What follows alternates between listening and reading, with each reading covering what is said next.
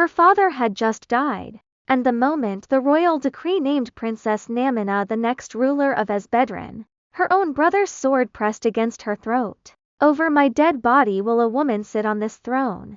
No one in the court moved to stop him. Only hours earlier, everyone believed the princes would soon begin killing each other for the crown after the king died from a deadly poison arrow shot during the war.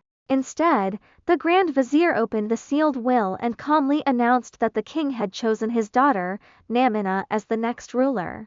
At first the court burst into laughter, thinking it was a joke. A woman ruling the empire? Impossible.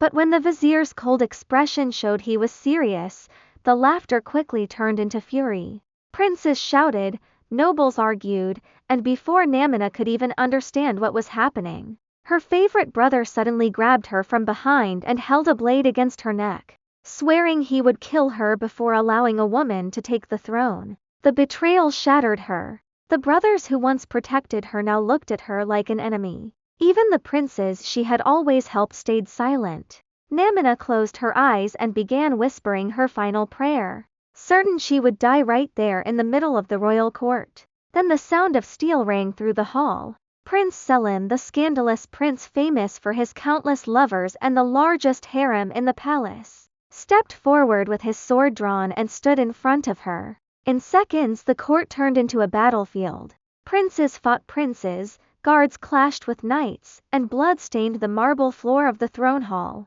Amid the chaos, one prince quietly raised a bow and aimed an arrow straight at Namina's heart. She froze as the arrow shot toward her. But before it could strike, a shield slammed into its path and strong arms pulled her away from the chaos. Surrounded by loyal guards, she was rushed out of the palace, while the sounds of screaming and clashing swords echoed behind them. By the time the rebellion was finally suppressed hours later, everything had changed. The girl who used to hide in the palace gardens reading books had been pushed onto the most dangerous seat in the kingdom. When the ministers entered the chamber and bowed before her, greeting her as Your Majesty, Namina finally understood the truth: her life would never be the same again. Her brothers wanted her dead, the court watched her every move, and even her own marriage was crumbling as her husband continued expanding his harem, humiliating the queen who held the throne. Surrounded by betrayal, ambition, and deadly conspiracies, Namina began to suspect something even more terrifying: her father's mysterious death. The shocking royal decree and the sudden rebellion might all be part of a much bigger plan. Someone had been manipulating everything from the shadows, waiting for the moment she would sit on the throne.